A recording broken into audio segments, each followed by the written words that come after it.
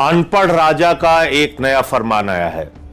आप जानते हैं अनपढ़ राजा को, हमेशा वो एक नया नया फरमान आपको देते हैं जब भी देश पर कोई संकट आया था। आपको याद होगा कोरोना जब आया था, उन्होंने कहा ताली बजाओ मेरे दोस्तों, थाली बजाओ मेरे दोस्तों, दिया जलाओ मेरे दोस्तों, कोरोना ठीक हो जाएगा।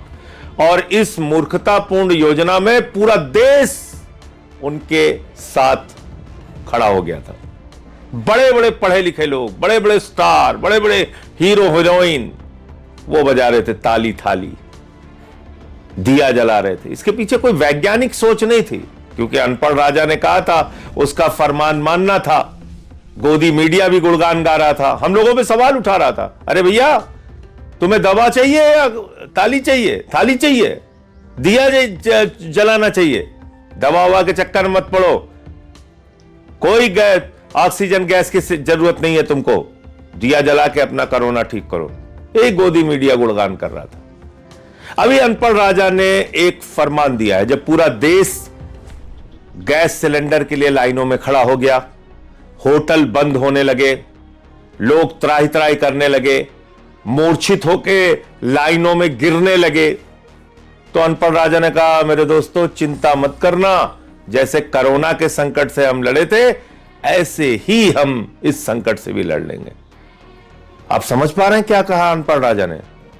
कोरोना के संकट में शमशान में लाशें पटी हुई थी। कोरोना के संकट में 1 करोड़ से ज्यादा लोग इस देश के अंदर मारे गए थे। कोरोना के संकट में पूरा देश एक ऑक्सीजन सिलेंडर के लिए तरसता हुआ दिखा। बड़े बड़े लोग अपने घरों में उनके परिवार के लोग सहयोग नहीं कर पा रहे थे।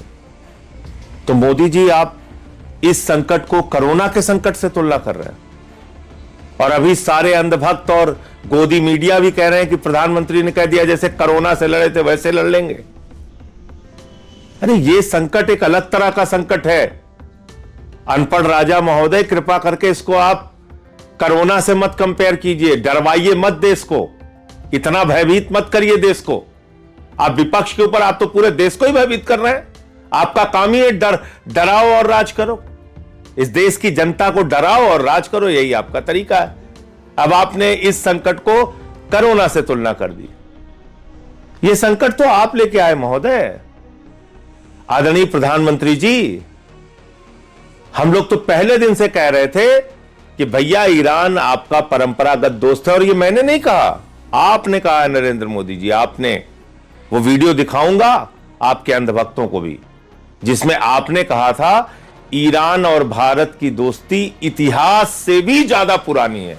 ये आपके बयान है अनपढ़ राजा महोदय।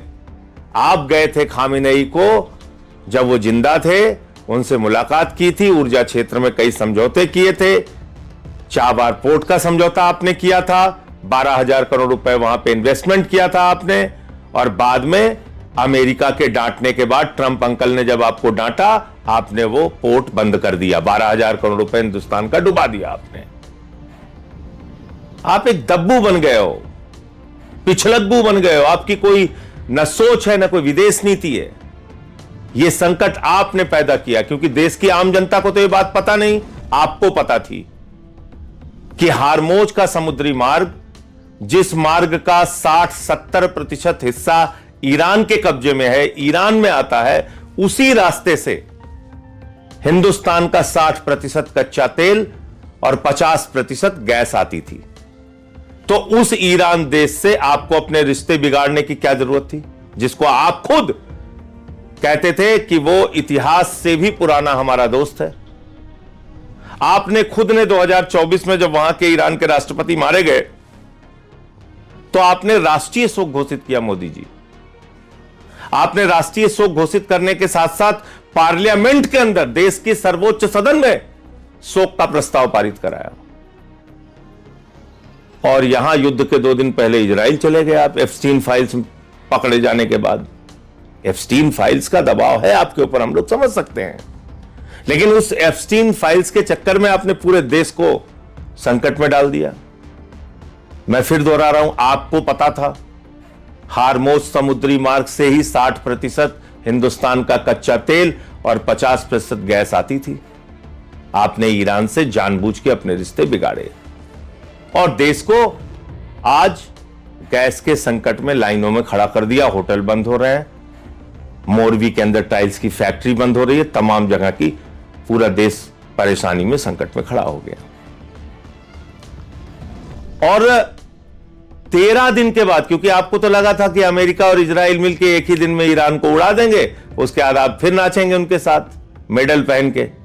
एक फर्जी मेडल जो आपको पहनाया था इजराइल वालों ने, इस देश की जनता को पता होना चाहिए वो पुरस्कार पहले था ही नहीं, मोदी जी के लिए वो पुरस्कार बनाया गया था, फर्जी मेडल वाला, और गले में डाल दिया।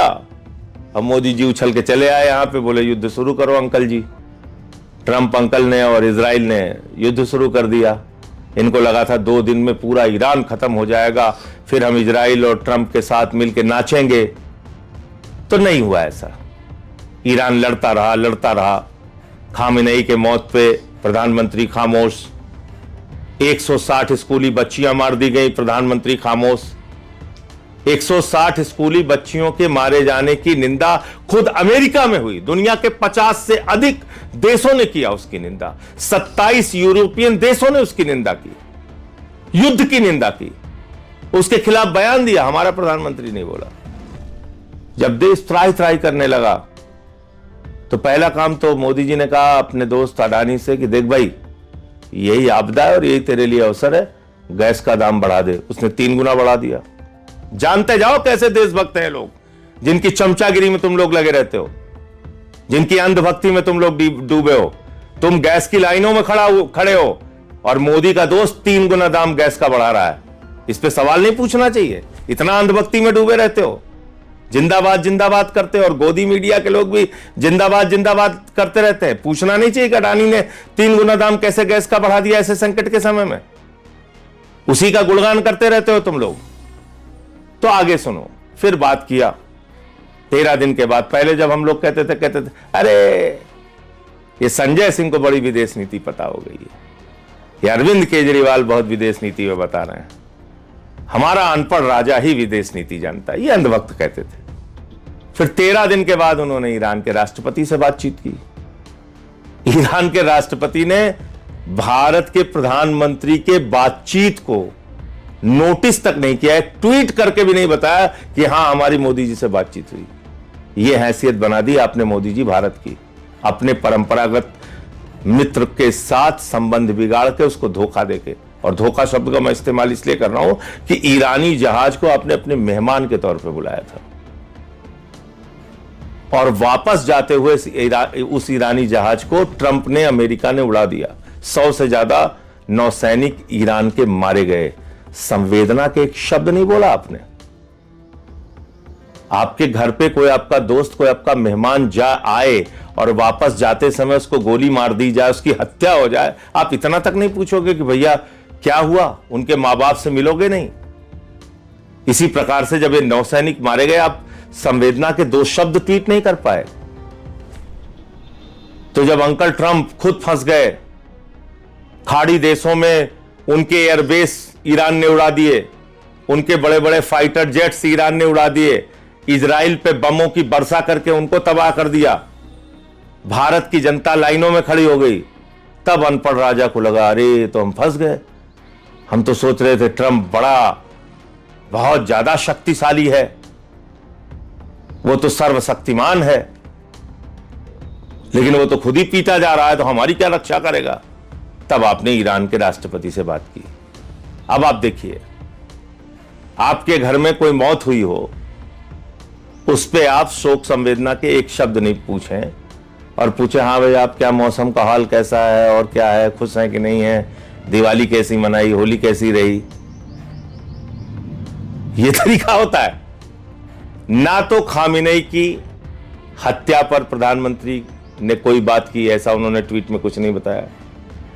ना तो उन्होंने बात की 160 बच्चियों की मौत पे, ना तो उन्होंने बात की नौसैनिकों के 100 से ज्यादा मारे जाने पे, और ना ही उन्होंने स्पष्ट किया कि हार्मोज समुद्री मार्ग से हमारे जहाज आएंगे, इस पे कोई सहमति दी गई।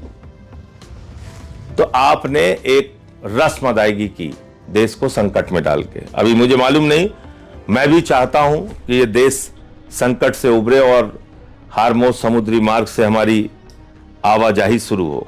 इस बीच अंधभक्तों और गोदी मीडिया को मैं पूछना चाहता हूं कि आखिर आप लोग कितनी चमचागिरी करोगे? ये खबर आपने क्यों नहीं दिखाई? ये खबर देखिए आप,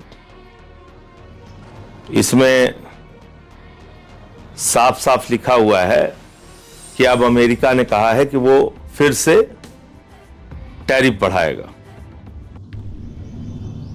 अमेरिका फिर से टैरिफ बढ़ाएगा।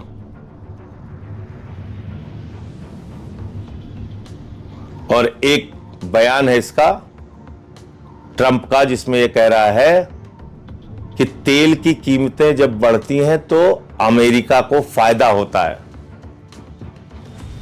तुम यहां युद्ध में फंसे हुए हो, गैस की लाइनों में खड़े हुए हो, और ट्रंप कह रहा है हमें फायदा होता है। वो कह रहा है हम भारत की जांच कराएंगे। वो कह रहा है हमने जो रूस से तेल खरीदने की परमिशन दी थी वो हमने वापस ले ली।